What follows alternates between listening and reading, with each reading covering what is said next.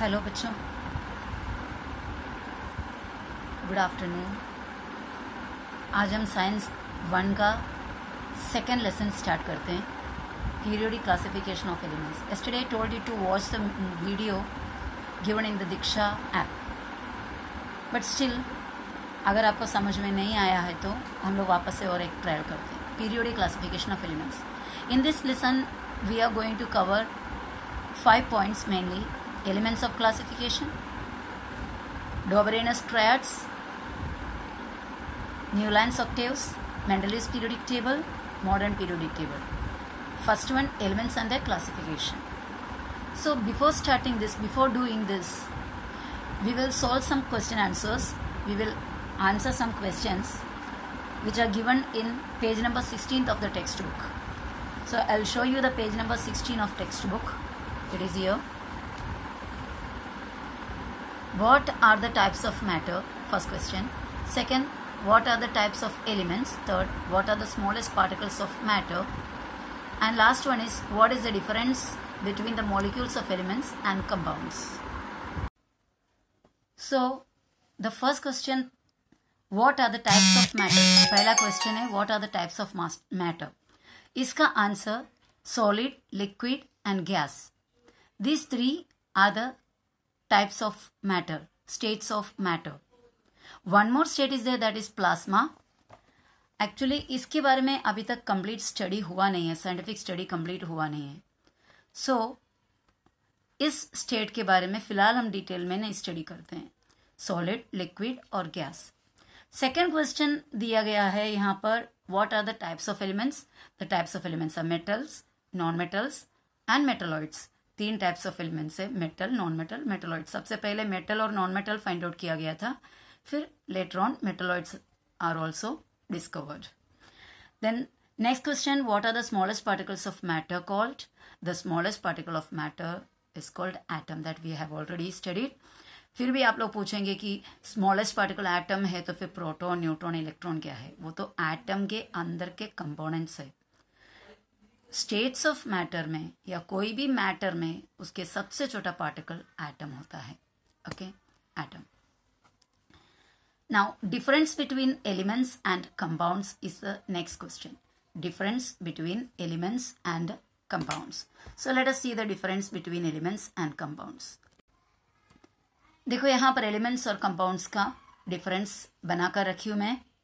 First point है, elements contain only one kind of atoms. Element के अंदर एक ही किस्म के एटम्स होते हैं.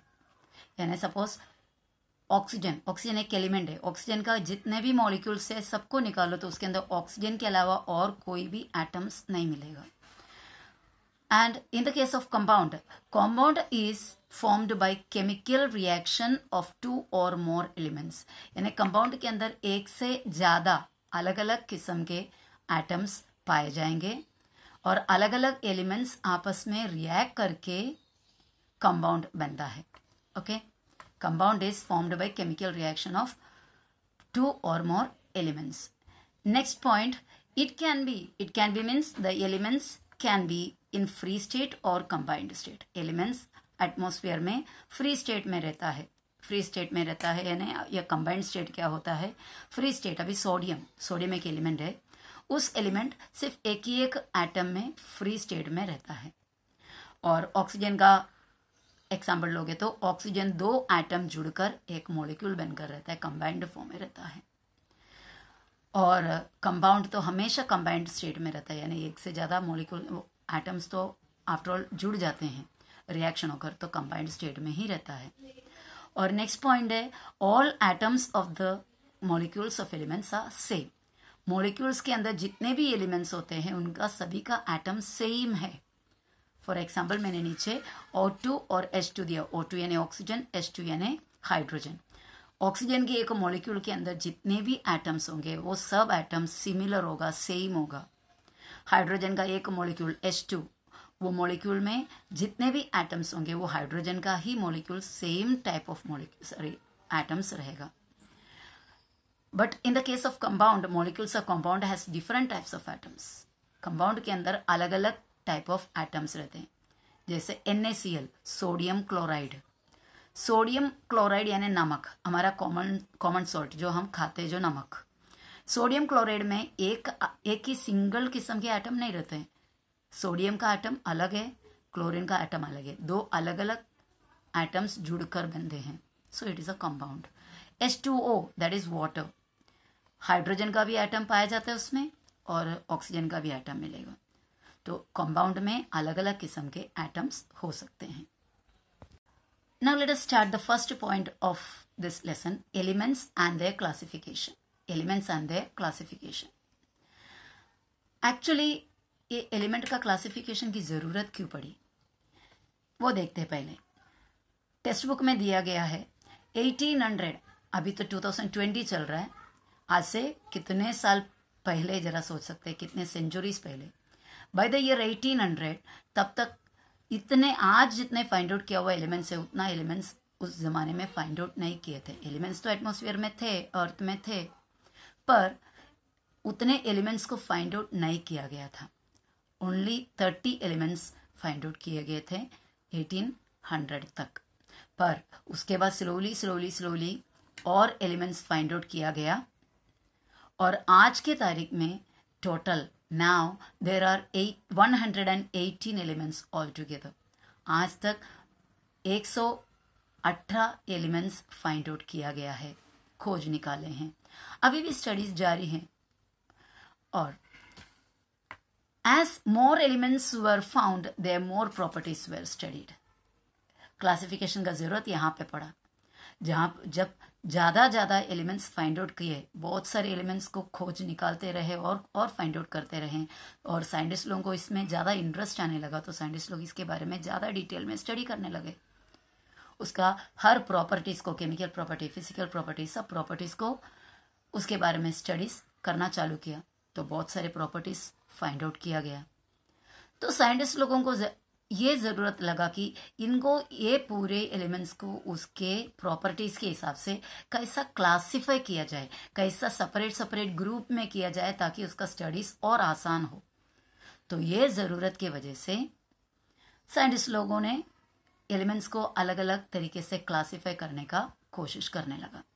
तो काफ़ी साइंटिस्ट लोगों ने अटेम्प्ट किया और उसमें से थोड़ा बहुत सक्सेस हुआ। वो साइंटिस्ट का नाम है डोबरेनर। ये एक जर्मन साइंटिस्ट है, डोबरेनर। इन्होंने जो बनाया हुआ जो क्लासिफिकेशन है उसे ट्रायड कहते हैं। ट्रायड का मतलब 3 का ग्रुप। तो उन्होंने जो ग्रुप बनाया, ये ट्रायड वर्ड से पता चलेगा, उन्होंने जो ग्रुप बनाया उसमें 3 हर एक ग्रुप में 3 एलिमेंट्स थे। इन्होंने ये जो टेबल बनाया 1857 में। ओके, इस टेबल का प्रॉपर्टीज क्या है देखते हैं। इन्होंने जो बनाया हुआ ट्रायड का, he stated that, who stated? Dobereiner stated that elements are related to the atomic masses. इनका कहना था एलिमेंट्स एटॉमिक मास से रिलेटेड है, एलिमेंट्स का प्रॉपर्टी उनके एटॉमिक मास पर डिपेंडेड है। अब एटॉमिक मास, एटॉमिक नंबर, ये सब टर्म्स के बारे में थोड़ा सा हम पीछे जाकर देखते हैं। सपोज एक एटम है, फॉर एग्जाम्पल समझो कि हमारा सोडियम है, सोडियम एक एटम है।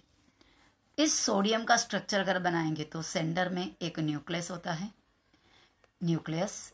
Okay, let us right N over here, N for nucleus. इस न्यूक्लियस के अंदर होता है, ये न्यूक्लियस के अंदर कुछ चीजें होती हैं, उसे प्रोटॉन और न्यूट्रॉन कहते हैं।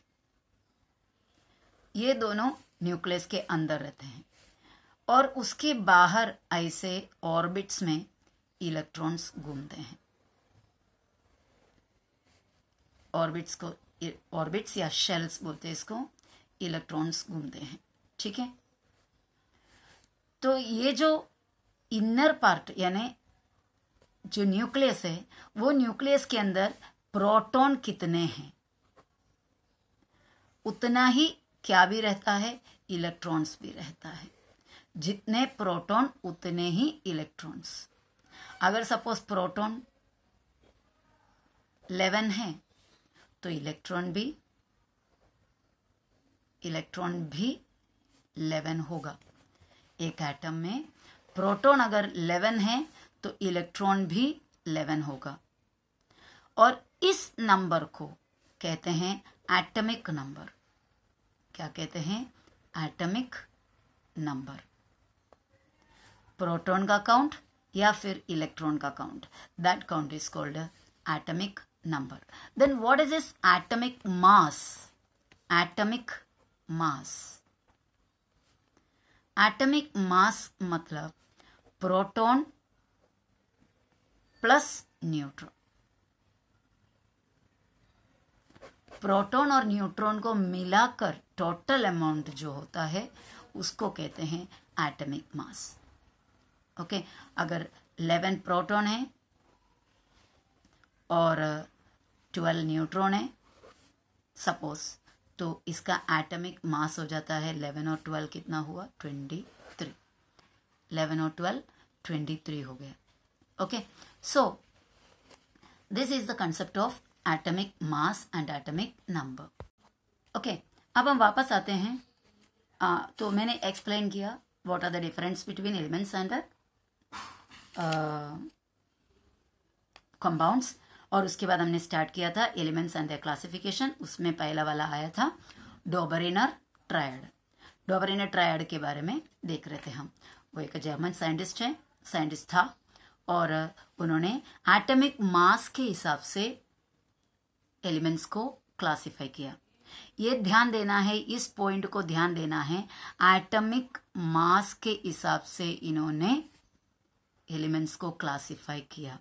ओके, और इन्होंने क्या किया? He made groups of 3 elements having similar properties and called triads. उन्होंने एलिमेंट्स को खोजा, एलिमेंट्स का प्रॉपर्टी सब स्टडी किया, बहुत मेहनत की है, और 3 एलिमेंट को उन्होंने 3 एलिमेंट को चेक किया, तो सेम प्रॉपर्टी वाले 3 एलिमेंट्स को एक ग्रुप में बना दिया। फिर उसके बाद थोड़ा सा डिफरेंस वाला 3 एलिमेंट्स निकाला, जो सेम थे उनको अलग ग्रुप में किया। तो ऐसा अलग अलग ग्रुप में उन्होंने 3 एलिमेंट्स को उनके प्रॉपर्टी के हिसाब से सिमिलैरिटी देखकर, प्रॉपर्टी का सिमिलैरिटी देखकर, प्रॉपर्टी का समानता देखकर इन एलिमेंट्स को उन्होंने अलग अलग क्लासेस में, अलग अलग ग्रुप में डिवाइड किया। 3 इसीलिए 3 वर्ड का मतलब वो उसका सेम वर्ड है ट्रायड, इसलिए उन्होंने ट्रायड नाम रखा इसको, इस क्लासिफिकेशन को। और इन्होंने कैसा ये अरेंज किया, दूसरा और एक मीनिंग है, मतलब दूसरा और एक कंसेप्ट ऐसा है कि he arranged the elements in increasing order of atomic masses. इन्होंने एटॉमिक मास का बढ़ता ऑर्डर के हिसाब से, बढ़ते हुए ऑर्डर के हिसाब से इन्होंने अरेंज किया। तो हम अभी देख सकते हैं, यानी सबसे हल्का वाला मास वाला, यानी सबसे कम मास वाला पहले आएगा, और उससे थोड़ा मास वाला उसके बाद आएगा, उससे थोड़ा ज्यादा मास वाला नेक्स्ट आएगा। इस तरह उन्होंने आगे आगे स्लोली एक ऑर्डर में किया, वैसा 3 का ग्रुप बनाया। और उन्होंने और एक सिस्टम इसके अंदर फाइंड आउट किया। उन्होंने जैसा अरेंज किया, वो अरेंजमेंट के हिसाब से showed the atomic mass of middle element is approximately equal to the arithmetic mean of atomic masses of other elements.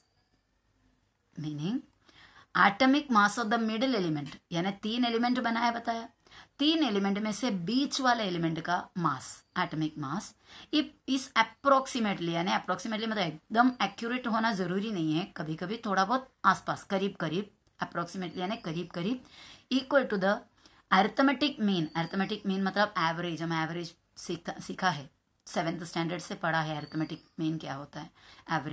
Average of the atomic masses of the other 2 elements. That means अगर 2 elements है, अलग अलग 2 elements होगा, तो अलग अलग 2 elements में से एक एलिमेंट और first element, second element, third element, इसमें से फर्स्ट और थर्ड एलिमेंट को उसके मास को ऐड करके 2 से डिवाइड करेंगे तो मिडिल वाला एलिमेंट मिलेगा। Okay, let us see some examples of Dobereiner's triad. देखो, lithium, sodium, potassium, lithium, sodium, potassium, ये उनका पहला ट्रायड है, ट्रायड का पहला ग्रुप। लिथियम का एटॉमिक मास है 6.9, पोटेशियम का एटॉमिक मास, पोटेशियम के, कैलियम बोलते हैं उसको लैटिन नाम, इसके लिए के है। लिथियम का Li, सोडियम का Na, नेट्रियम, सोडियम का दूसरा नाम है नेट्रियम, उसका Na, पोटेशियम का दूसरा नाम है कैलियम और उसका के। लिथियम का एटॉमिक मास हुआ 6.9 और पोटेशियम का एटॉमिक मास हुआ 39.1 divided by 2 which is equal to 23 और सोडियम का एटॉमिक मास जो मिडल वाला है उसका एटॉमिक मास हो गया 23।